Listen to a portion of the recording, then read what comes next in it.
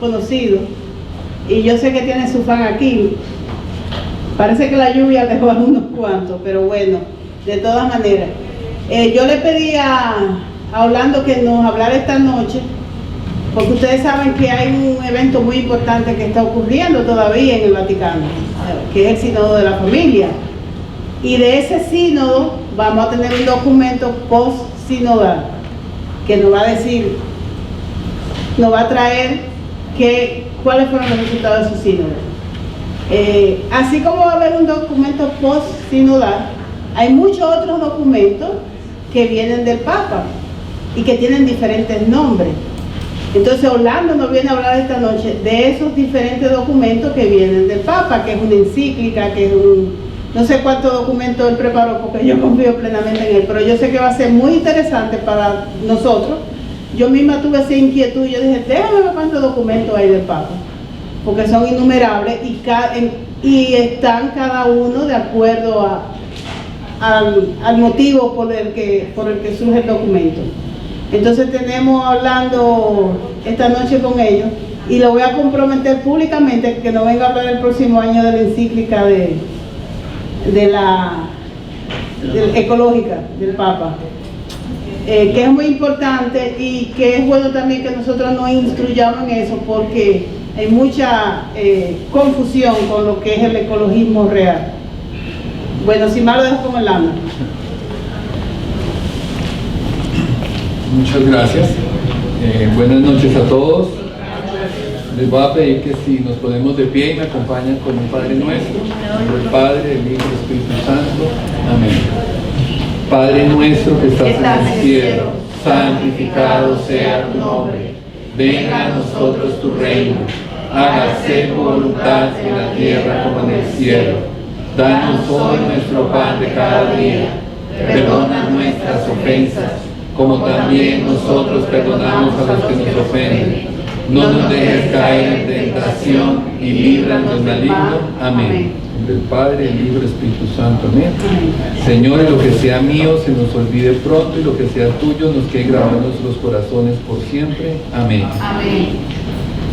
Bueno, buenas noches. Muchas gracias por darme nuevamente la oportunidad de aquí estar con ustedes, acompañándonos y ser instrumento de evangelización del Señor. El tema que les voy a tratar hoy, los documentos pontificios, pues es un tema, la verdad que es bastante complejo, bastante profundo, porque de alguna manera la Iglesia desde que se fundó ha venido generando documentos. Entonces tenemos 2000 años de una entidad, una organización que ha venido generando muchas clases de documentos. Y pues durante 2000 años ustedes se pueden imaginar que han habido cambios y han habido formas diferentes de llamar las cosas y de todo. Así que pues voy a tratar de ilustrarlos. Eso es lo que repito, es un tema bastante complejo.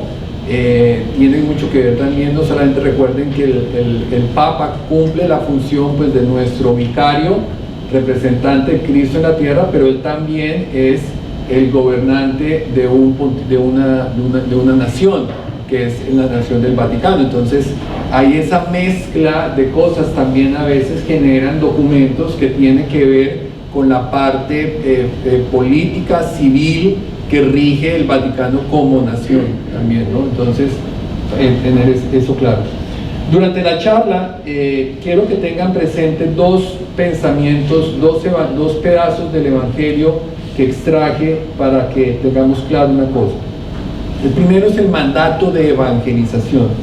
En Mateo 28, 19 al 20 encontramos: id pues y enseñar a todas las gentes, bautizándolas en el nombre del Padre y del Hijo y del Espíritu Santo, enseñándoles a guardar todo lo que os he mandado. Yo estaré con vosotros siempre hasta la consumación del mundo. Palabra de Dios. Jesús le está dando a sus discípulos, a sus apóstoles, un mandato, no un consejo, no una sugerencia, no una recomendación, una orden. Vayan y enseñen, vayan y enseñen. Esa es la función de la iglesia, nos está enseñando, nos ha enseñado siempre y continúa en esa labor de educación.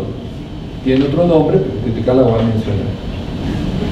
Ese es el primer pilar, digamos, de donde se fundamenta todo el tema de los documentos pontificios o los documentos papales.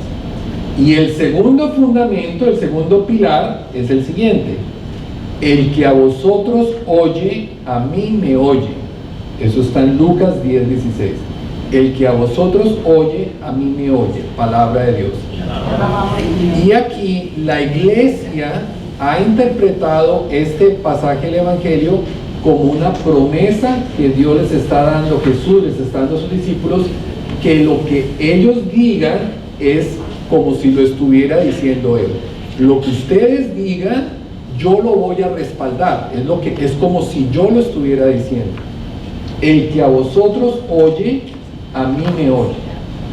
Esos dos pilares, una orden de ir a enseñar y un respaldo que Jesús les está dando a sus discípulos, que lo que ustedes digan es como si yo lo estuviera diciendo. Ustedes van a hablar por mí, es lo que les está diciendo con eso. Una de las grandes críticas que se le hace a nuestra iglesia es la famosa crítica de por qué la iglesia no evoluciona, que la iglesia debe de evolucionar. Yo estoy seguro que ustedes los han escuchado de sus familiares, de sus amigos, de sus vecinos, de católicos, no solamente de personas alejadas de nuestra iglesia, de los mismos católicos que dicen que la iglesia tiene que evolucionar. Y eso es una frase que se ha acuñado sobre todo pues, los movimientos pro matrimonio homosexual, pro aborto, el tema de los anticonceptivos y todo.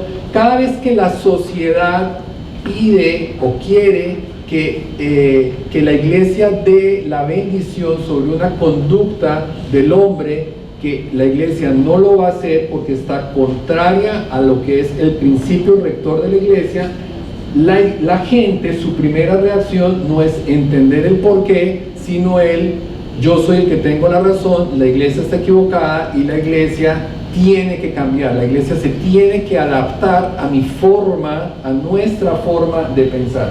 Como no lo hace, pues la atacamos y la criticamos. La historia del hombre desde que existe la iglesia pues ha sido una historia evolutiva.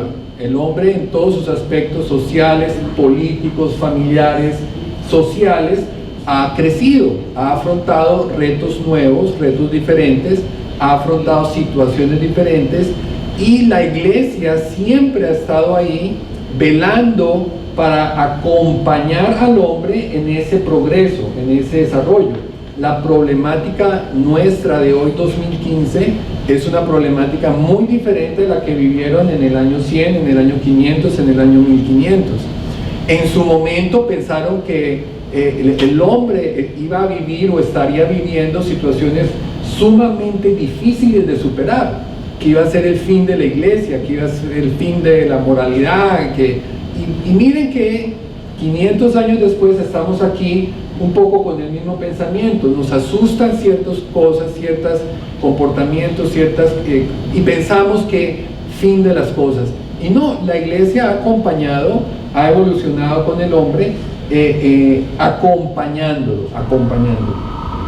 Entonces, cuando la iglesia, como vivimos en un mundo muy relativo, eso es una moda que ha venido surgiendo en los últimos 40, 50 años, del relativismo, ¿no? De que no hay una cosa absoluta, no hay una verdad absoluta, sino cada verdad es el acomodo de lo que un grupo o una comunidad juzga y considera y dictamina que es correcto o es incorrecto. Entonces ya no hay una verdad única, sino un conjunto de verdades adaptadas a una comunidad específica.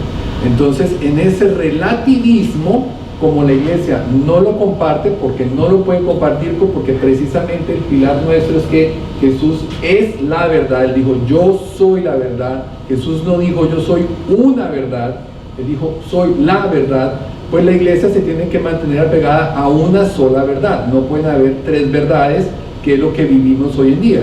Si tú le preguntas a un católico sobre un tema específico te puede dar una opinión diferente a lo que comparte la iglesia, pero te la puede dar, y vas a donde otra persona y te puede dar otra opinión. Y si te vas a una persona que no sea cristiana o no sea religiosa, pues peor, te va a dar una versión completamente diferente.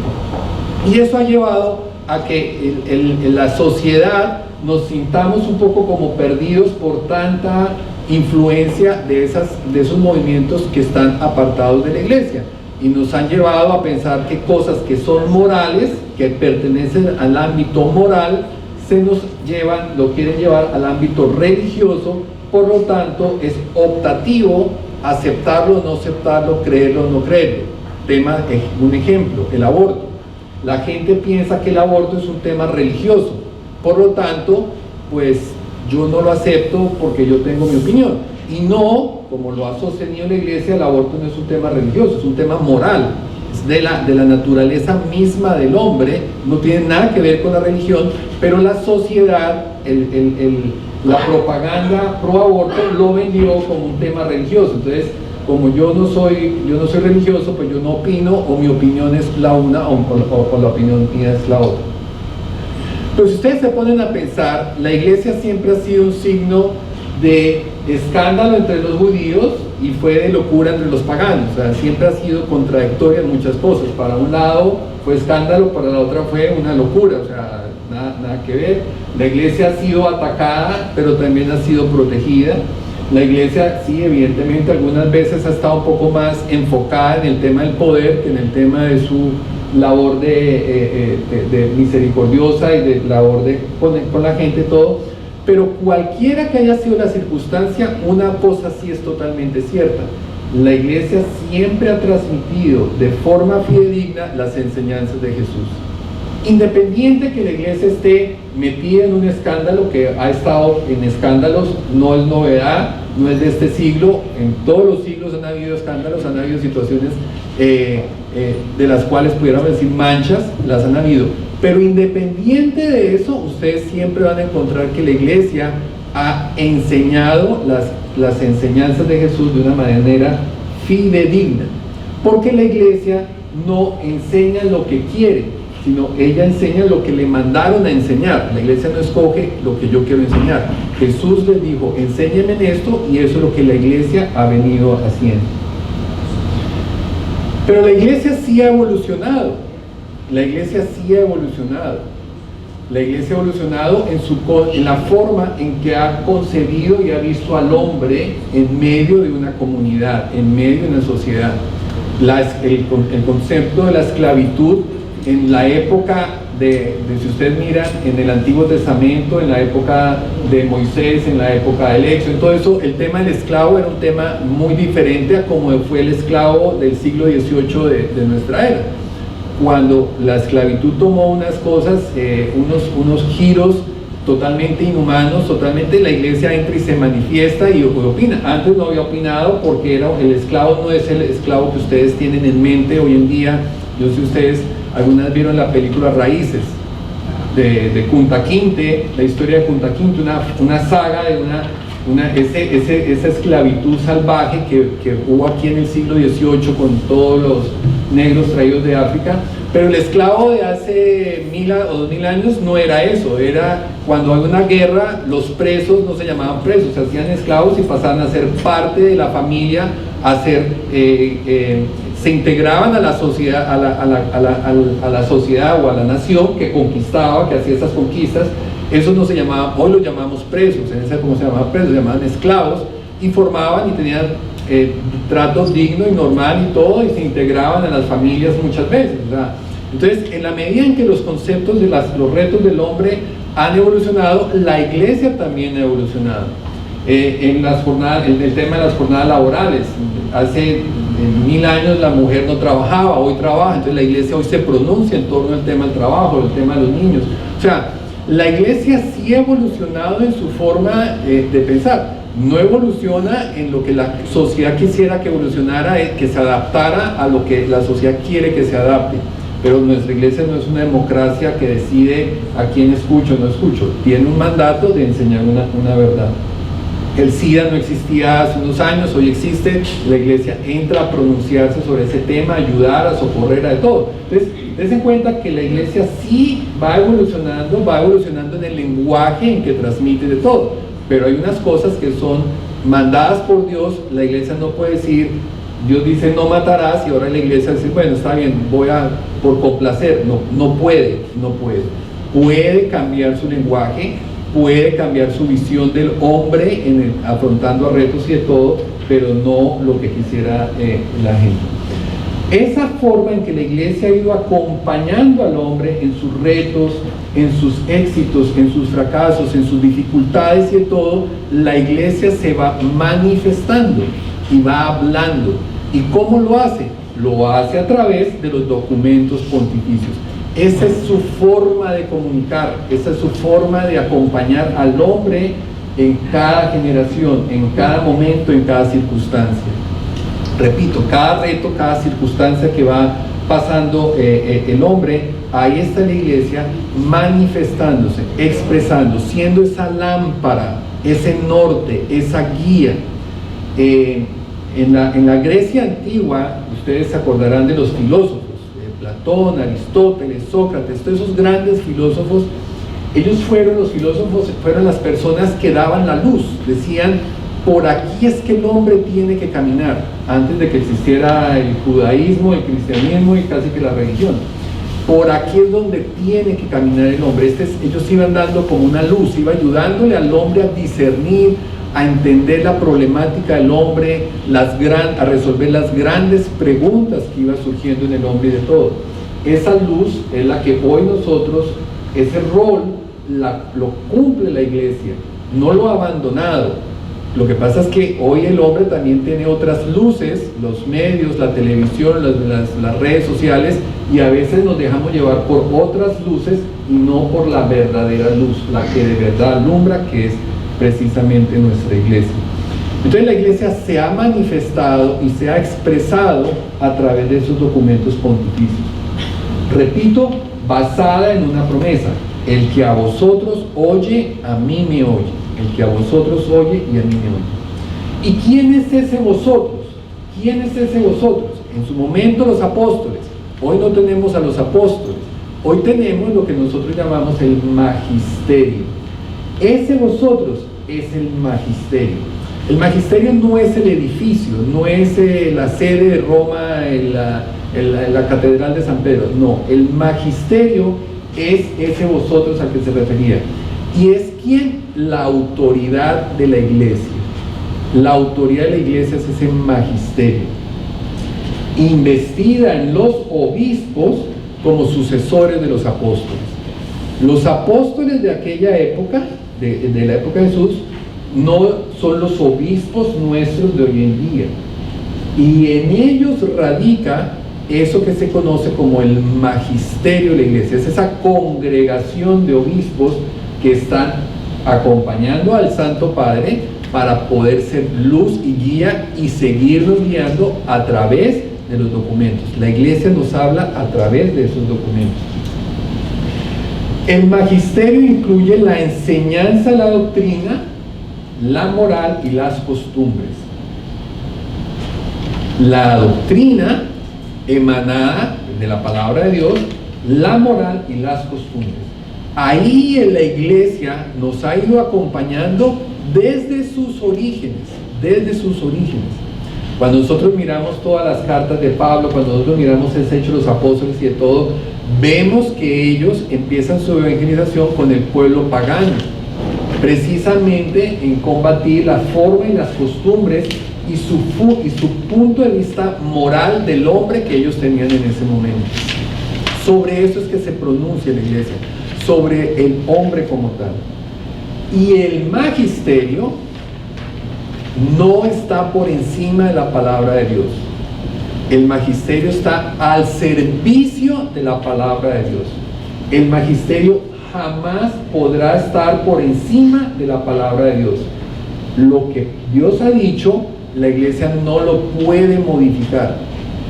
No lo puede modificar, porque estaría poniéndose por encima de la palabra de Dios. ¿Qué fue lo que pasó en el paraíso con ese famoso árbol que sembró Dios en el huerto? Dios le dijo al hombre: tienes poder y control y total sobre la tierra. Todo lo que quieras hacer, hazlo. Todo. Le dio potestad plena sobre la tierra. Todo lo que quieres hacer. Y le dijo Dios al hombre: a mí solamente déjame una tarea. Yo me voy a encargar de una sola cosa. Tú te encargas de todo lo demás, pero yo de una. Yo, Dios, voy a decidir qué está bien y qué está mal. Déjame esa tarea a mí, le dijo Dios al hombre. Usted haga todo lo demás. Yo solamente me voy a encargar de una. Y no le bastó. El hombre tenía tantas ocupaciones y no, yo también quiero la única que usted, yo también la quiero. Como, no sé si ustedes han visto los niños. Usted siente un niño acá con 50 juguetes y siente ahí un niño con un juguete. Y este niño no le bastan los 50. Quiere el otro. Igual, así fue el hombre. Entonces cuando viene la serpiente y le dice, y la tienta, dice: pero ¿cómo así que coma tranquilo? No, pero usted puede. Y el hombre: bueno, sí, yo quiero. Y el hombre empezó a hacerse cargo del hombre, decidir qué está bien y qué está mal, cuando esa era la única tarea que Dios se pidió para él. Todo lo demás no lo dejó.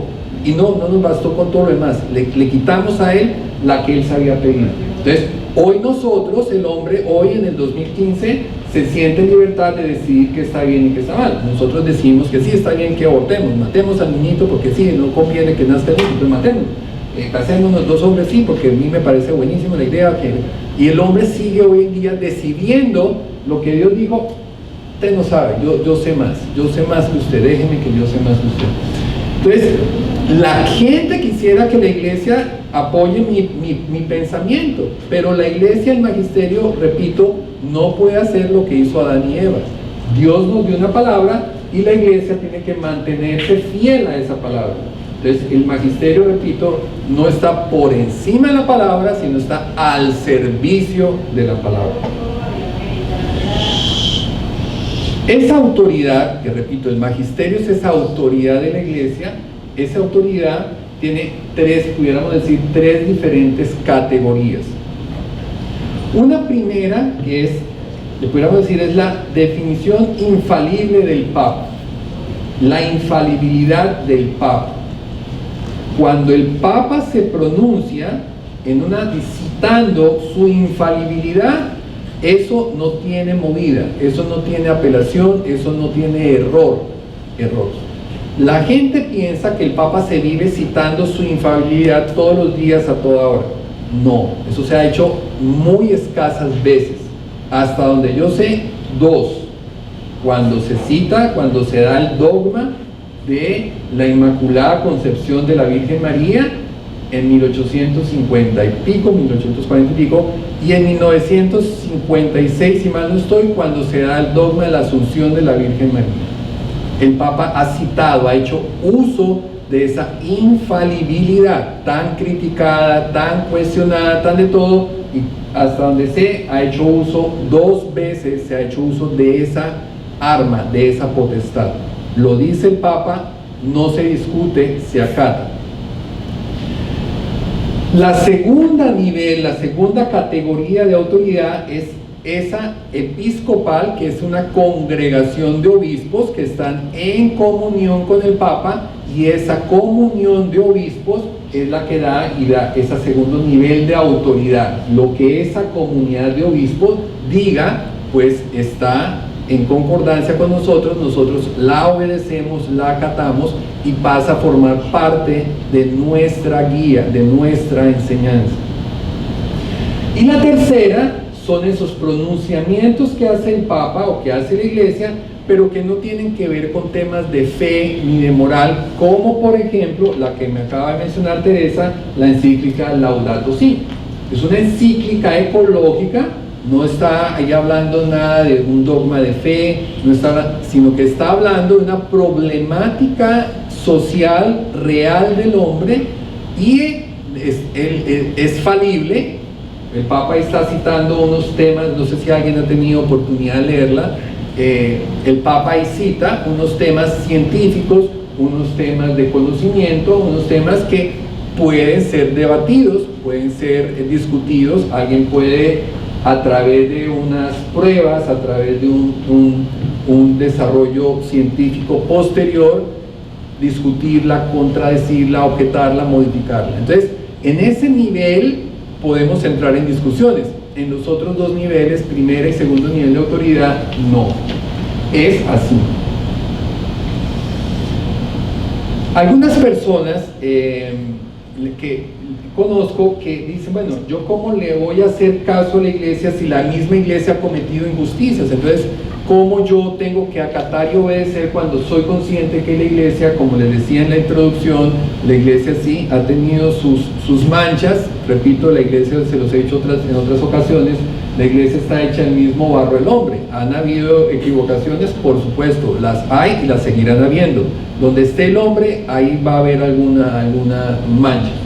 Si Jesús se pasó orando toda la noche para escoger sus discípulos y uno de esos le salió malo, ahora pues imagínense la iglesia. Pero cuando la gente dice, bueno, pero ¿cómo seguir yo a una iglesia si la iglesia ha cometido injusticias? La iglesia ha citado guerras, y bueno, eso es un tema que ya se los di una ocasión, otro día refrescaremos esos temas de las cruzadas, de la Inquisición, de todo. Entonces citan eso como un argumento para decir, si ve, la iglesia no hay que hacerle caso, porque mire que ya se le hizo caso y mire lo que hizo y mire todo lo que termine de todo. Para esas personas que nos dicen eso, tenemos que decirles, mire, es que hay que distinguir entre la enseñanza de la iglesia y la autoridad de la iglesia.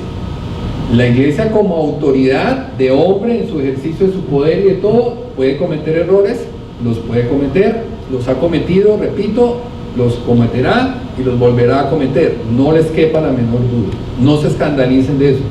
Ya del escándalo más grande el hombre ya lo superó, que fue la muerte de Jesús. Matamos al Hijo de Dios, ese es el escándalo más grande, y 2500 años después aquí estamos reunidos en nombre de él, se superó. Así que la iglesia va a superar todas esas cosas, pero hay que decirle a la gente, tenemos que decirle, hay que distinguir entre la enseñanza de la iglesia y la autoridad de la iglesia.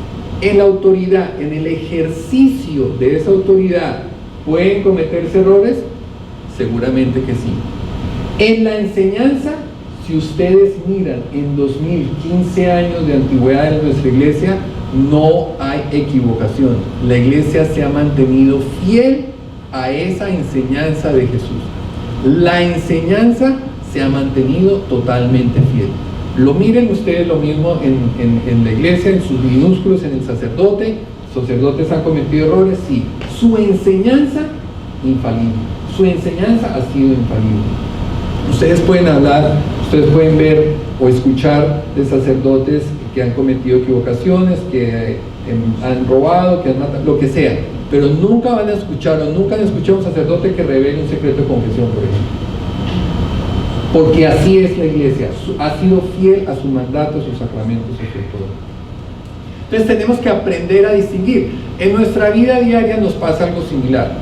Uno va donde un médico y pueda que un médico en particular sea más amigo de las verduras y de las frutas. Entonces él me va a recomendar una dieta mucho más enfocada hacia las verduras y hacia las frutas. Pero de pronto otro médico no es tan amigo de las frutas. Él de pronto me puede recomendar más el tema del ejercicio, es más amigo del ejercicio. Entonces, Orlando, para llevar una vida sana, se tiene que hacer más ejercicio, tomar más agua y no sé qué. De pronto no me menciona mucho el tema de las verduras. Eso no quiere decir que el médico diga que las verduras son malas o las verduras son buenas. Lo que yo nunca voy a encontrar es un médico que me diga, a mí, Orlando, usted coma harta grasa, fume todos los días, tome harto alcohol y no duerme tras noche, que eso le va a ir bien. Bueno, no lo voy a encontrar, ¿cierto? Puedo encontrar uno que me recomiende más las frutas, puedo encontrar uno que me recomiende más el ejercicio, pero no me voy a encontrar con uno que me recomiende las grasas y el cigarrillo y el trago. Entonces, la iglesia nos pasa lo mismo. Pueda que unos sacerdotes, pueda que una línea tenga una forma, un diálogo, preferencia hacia unos temas, otro hacia otros temas, pero el fundamento de nuestra iglesia, nuestra doctrina, nuestros pilares y todo, se ha mantenido intacto por generaciones y generaciones. ¿Cómo se ejerce ese magisterio? Magisterio, autoridad. ¿Cómo se ejerce? Ese magisterio se ejerce a través de una cosa que se llama catequesis, a través de la enseñanza, a través de la educación, a través de la catequesis. Esa catequesis que nos hace la iglesia, que como ejercicio de ese magisterio, tiene cuatro pilares. La catequesis de la iglesia tiene 4 pilares. Número 1, el Padre Nuestro. Número 2, el credo. Número 3, los mandamientos de la ley de Dios.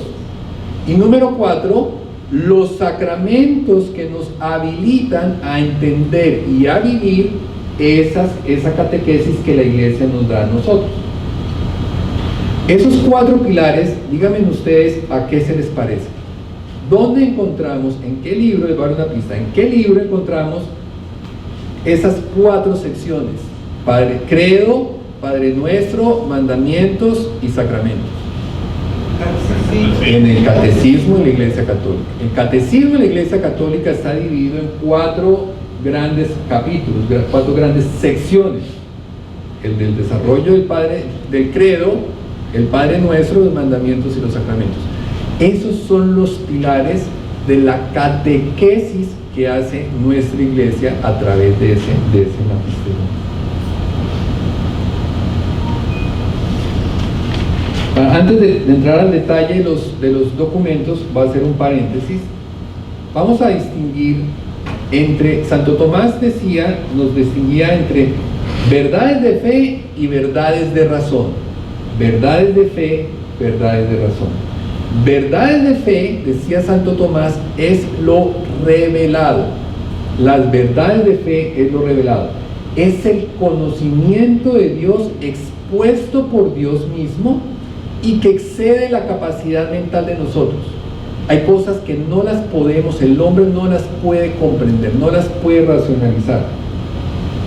Por lo tanto, las aceptamos por la fuente. ¿Quién lo está diciendo? Usted lo dice, yo le acepto, yo se lo creo. Yo no comprendo eso. La Santísima Trinidad, el dolor en el hombre, el sufrimiento en el hombre, yo no lo comprendo, yo no lo entiendo. Yo no entiendo cómo Dios, si es amor, permite que a mí me pase esto. Yo no lo comprendo. Pero usted me dice que Dios es amor y yo lo creo. ¿Dónde está? Primera carta de Juan. Entonces yo lo creo, es la fuente que usted me está dando, porque es una verdad de fe. Así nos lo reveló Dios. Por lo tanto, yo me voy a la fuente. ¿Quién lo dice? ¿Lo dice la Biblia? Ok, yo la acepto.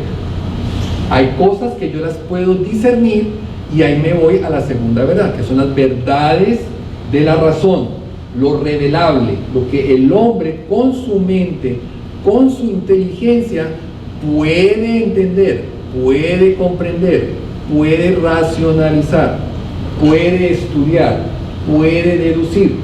Entonces, distingamos verdades de fe. La mente, el ser humano no lo logra entender en su totalidad. Por eso nosotros nos llamamos creyentes, ¿cierto?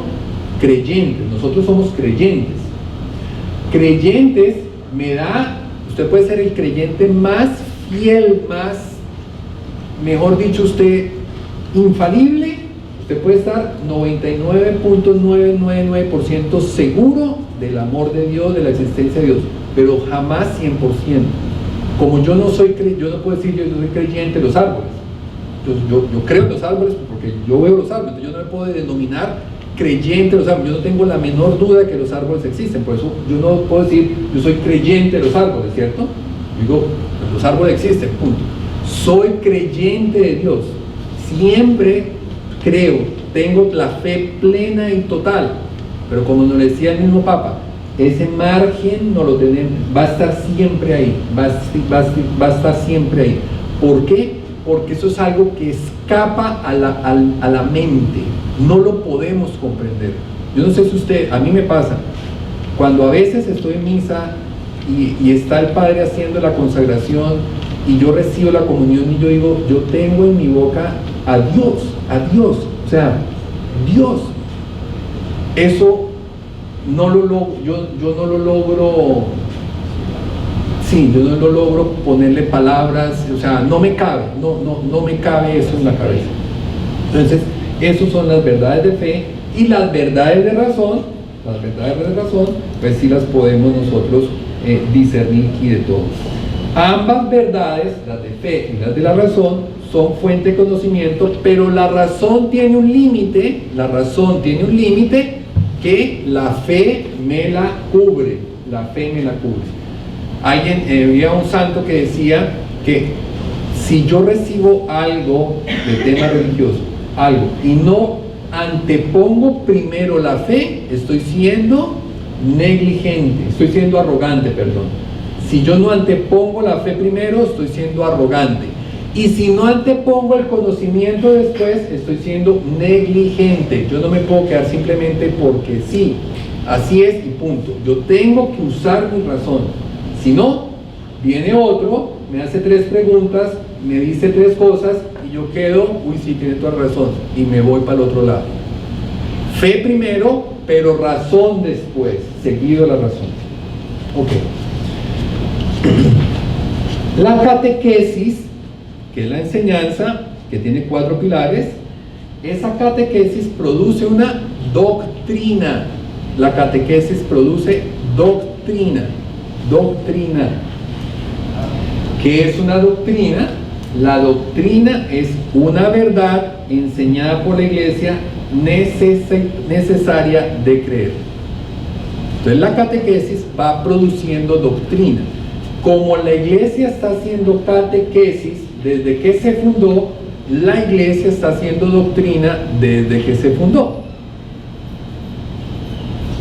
Entonces, doctrina es toda verdad enseñada por la Iglesia necesaria de creer. Esa doctrina va a caber dentro de 3 partes, digamos. Esa doctrina cabe dentro de 3 categorías. O es revelación divina, como por ejemplo la presencia real eucarística de Jesús en la hostia consagrada. Es una revelación divina, forma parte de esa revelación divina y forma parte de nuestra doctrina, que es de nuestra catequesis, así nos lo han enseñado. Entonces, parte de la revelación divina. Segundo, es la conclusión de una teología sobre una verdad revelada. De las cosas que están en la Biblia, de las cosas que se va haciendo el discernimiento, pues yo puedo sacar como conclusión ciertas cosas. Por ejemplo, la canonización de un santo. Entonces, forma parte de nuestra doctrina la canonización de un santo. Entonces, eso es el producto de un discernimiento a que un día el hombre, la Iglesia dijo, yo voy a poder canonizar a una persona dando fe de que esa persona, o dando mi visto bueno, mi testimonio de que esa persona ya está en el cielo gozando de la presencia de Dios. Eso es parte de un desarrollo teológico, es la conclusión de un desarrollo teológico. Y tercero, es parte de la ley natural del hombre. La ley natural del hombre. Nadie, ni un sociólogo, ni un psicólogo ha conocido mejor la naturaleza humana que la Iglesia. Nadie mejor que la Iglesia. Y precisamente por eso la Iglesia nos ha acompañado a toda la humanidad en ese mantenernos presente y manteniéndonos recordando cuál es la dignidad del hombre, porque la hemos perdido. Nos dejamos ir, las drogas, la pornografía, tantas cosas, tantas modalidades que el hombre va inventando, que el hombre va generando, que la Iglesia nos tiene que ir recordando cuál es nuestra dignidad. Cuando vino la famosa revolución sexual, donde el hombre apartó la sexualidad del mismo y lo volvió como un objeto, o sea, aquí es la sexualidad y aquí estoy yo. Entonces, como esto no tiene nada que ver con el hombre, yo puedo hacer con eso lo que quiera con tal de que me parezca buenísimo, punto. Entonces, la Iglesia tiene que decir, no, la sexualidad es forma integral del hombre, nos lo está recordando. Entonces, de los documentos pontificios, tenemos que tener primero claro, todos son importantes, porque, repito, es la forma en que la Iglesia nos enseña las cosas, nos habla de las problemáticas actuales. Quien diga que la Iglesia debe evolucionar es porque jamás en su vida ha leído ni una encíclica, no ha leído nada de la Iglesia, ni un solo documento de la Iglesia. Él se quedó con lo que le contaron los amigos, porque creo que ni siquiera él mismo entiende lo que le han contado los amigos. La Iglesia evoluciona, la Iglesia nos acompaña en los tiempos modernos. La Iglesia hoy nos habla de las problemáticas de hoy. Hoy nos habla del SIDA, hoy nos habla de la pornografía. Bueno, la pornografía existió. Hoy nos habla de las jornadas de trabajo, hoy nos habla de la ecología. Hace 1000 años nuestro planeta estaba en muy buenas manos, hoy no. Entonces hoy nos tiene que hablar de algo que no era necesario hablar hace 500 años, hace 200 años. El matrimonio era una institución muy sólida, muy estable, muy de todo. Hoy estamos ante unos sínodos donde estamos hablando del tema de la familia. ¿Quién iba a pensar que el hombre iba a entrar a debatir el tema de que si es entre un hombre y una mujer? Eso era impensable hace 40 años, 15 años. No, ya ahora está establecido. La gente piensa que porque la ley o el gobierno protege una modalidad o protege una norma quiere decir que está bien. No, la Iglesia nos tiene que decir, me importa un comino que su legislador diga que sí, eso no es, eso está mal, punto. Entonces, todo eso la Iglesia nos lo va hablando a través de sus documentos pontificios. Así que todos son importantes, todos los documentos son importantes. Y su importancia no es tanto que en cómo esté clasificado, si es una encíclica, si es una exhortación, si es una bula, no. Todo lo que nos dice la Iglesia es importante. Entonces su importancia no es tanto si está en una encíclica o si está en una exhortación, sino el contenido de la misma. La importancia del documento será proporcional al contenido del documento. ¿De qué habla este documento? Vamos a encontrar documentos de la Iglesia que nos hablan de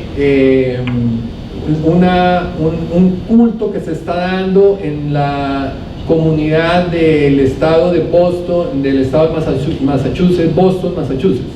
Entonces, es algo que atañe a una comunidad muy específica, a la isla de Cuba, ¿cierto? Entonces es una cosa más pequeña, mientras que hay unos temas que están dirigidos a la Iglesia universal.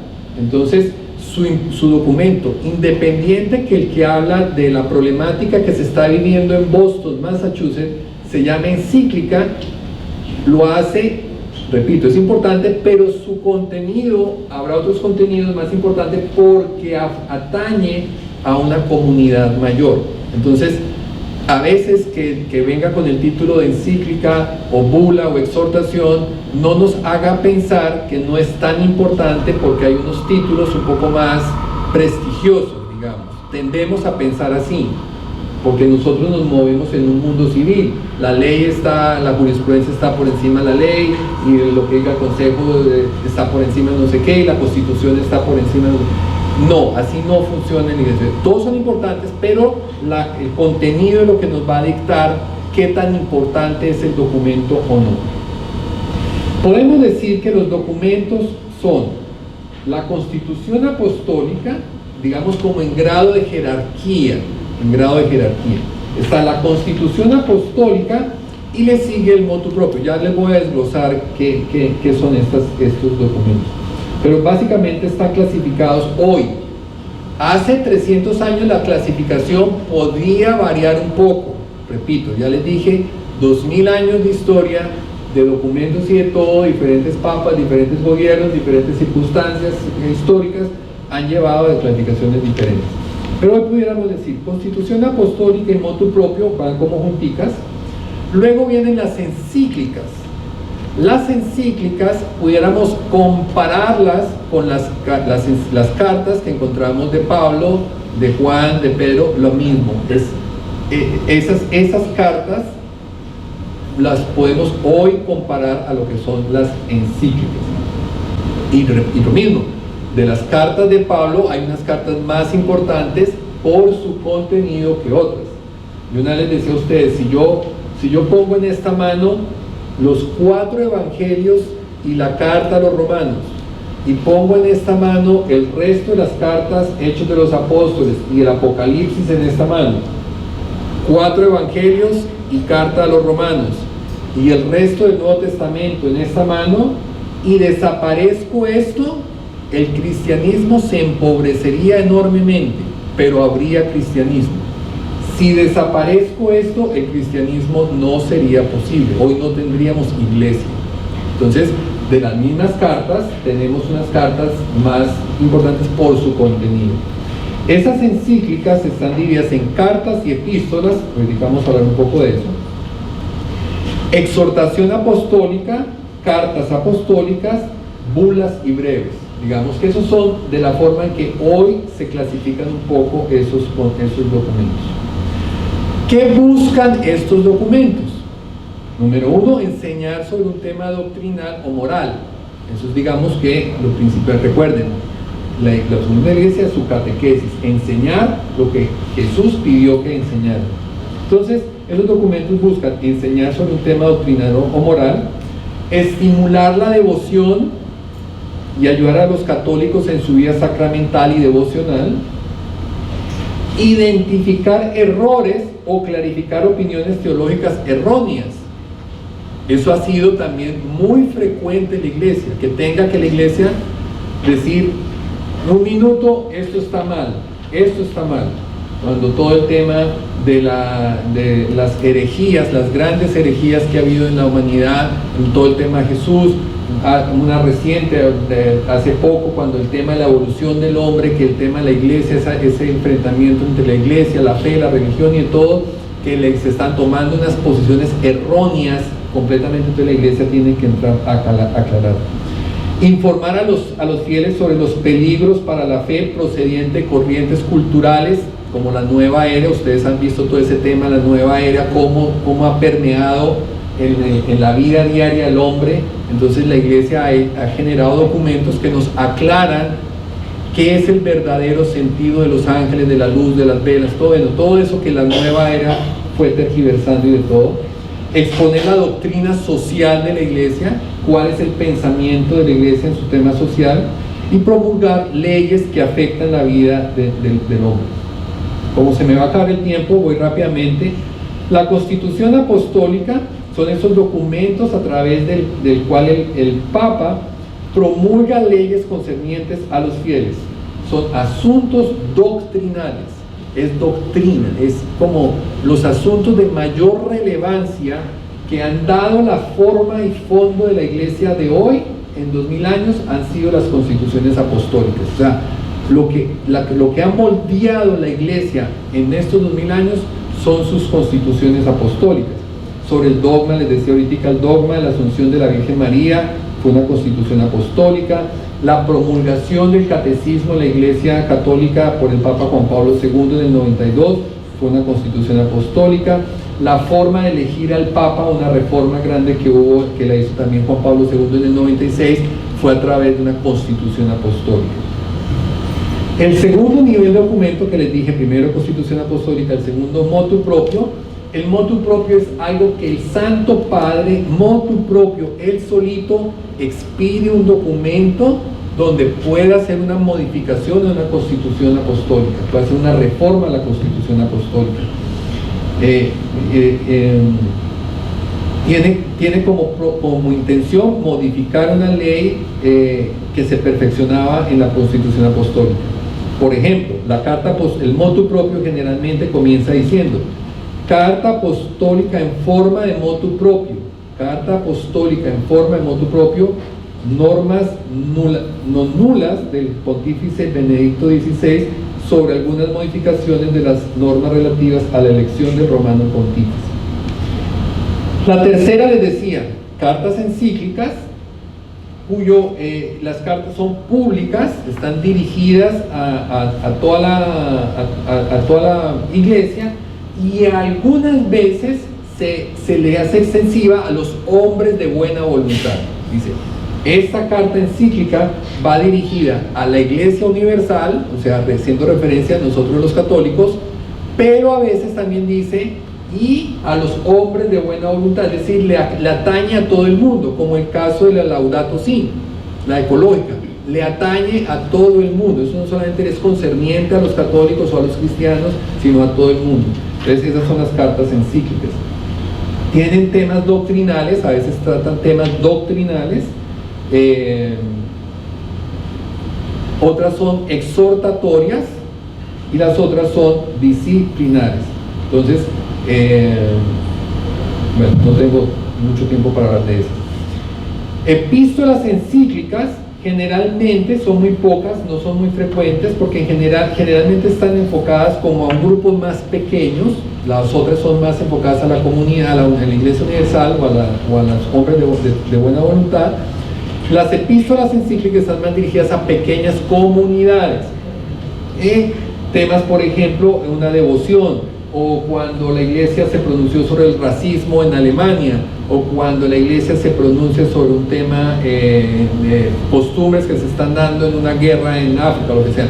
Cosas como muy dirigidas a unas comunidades un poco más pequeñas, se expresan en términos de epístolas encíclicas. La otra categoría de documentos son las exhortaciones apostólicas. Generalmente las exhortaciones apostólicas es el resultado de un sínodo de obispos. El sínodo de obispos genera, por lo general, una exhortación apostólica. Ahorita que se está concluyendo el sínodo de la familia, seguramente en término de un año o antes veremos una exhortación apostólica fruto de esa. La exhortación apostólica, la de Evangelii Gaudium del Papa Francisco, fue el resultado del sínodo de la nueva evangelización que la debió promulgar Benedicto XVI, pero debido a su renuncia no se promulgó y el Papa Francisco es el que la produce. Y ya estoy acabando. Y las cartas apostólicas son dirigidos a grupos muy pequeños, muy particulares de personas. Por ejemplo, la carta apostólica a las mujeres. Ustedes mujeres, es bellísima, se la recomiendo, el Papa Juan Pablo II, una carta apostólica a las mujeres, se llama Mulieres Dignitatem. Yo la leí, es absolutamente hermosa. Entonces, va dirigido solamente a las mujeres, por ejemplo.